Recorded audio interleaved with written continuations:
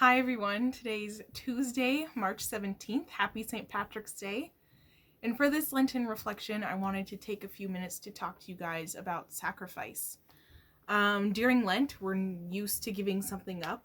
Things like social media, candy, junk food, video games, anything like that. And it's pretty easy to avoid those things for 40 days. You might have a piece of chocolate here and there, but you're going to make it.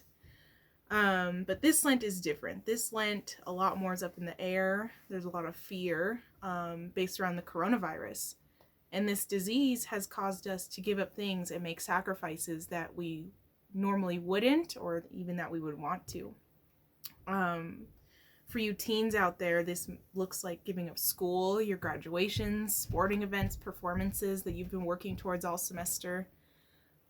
Basically any social gathering that would be typical of this time of year. And it's a normal part of our lives and these big milestones that suddenly we're having to give up. And when you look at the definition of sacrifice, it means to give up for the sake of other considerations. And as painful and stressful and disappointing as all of this is right now, we're giving these things up for the good of our communities and for those who are most at risk. And when you're giving these things up, know that Jesus sees that and he understands the pain and the grief that can come with it. And especially during Lent, it's a good time to reflect on how you can unite your strife to Jesus, who is the ultimate sacrifice in our lives. When we reflect on how Jesus gave his very life to us, it can help us to embrace these sacrifices in a new light and maybe with a positive attitude. There's always fruit that comes with sacrifice, especially when it's done with love and care for others and those around us.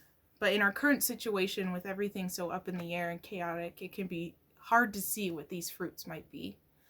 So I just tried to brainstorm a couple of examples, and this is what I came up with.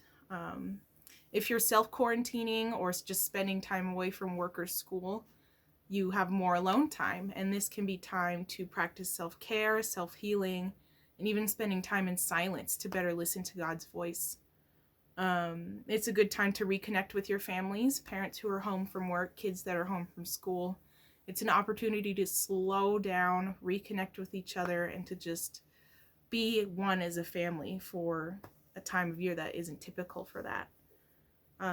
It's a good chance for our communities to band together to help the homebound, the homeless, or the disabled, people who need us most. And it's also a good opportunity to practice humility and to practice mercy. As scary as things are, we can't let fear bring out the worst in us. Rather, it should help us focus on how we can better serve one another through our sacrifices. Coming soon, I'm going to be doing a rosary with the sorrowful mysteries to help us to better reflect on Jesus' sacrifice and the mystery and the beauty that can come with it. Peace be with you, and I'll see you soon.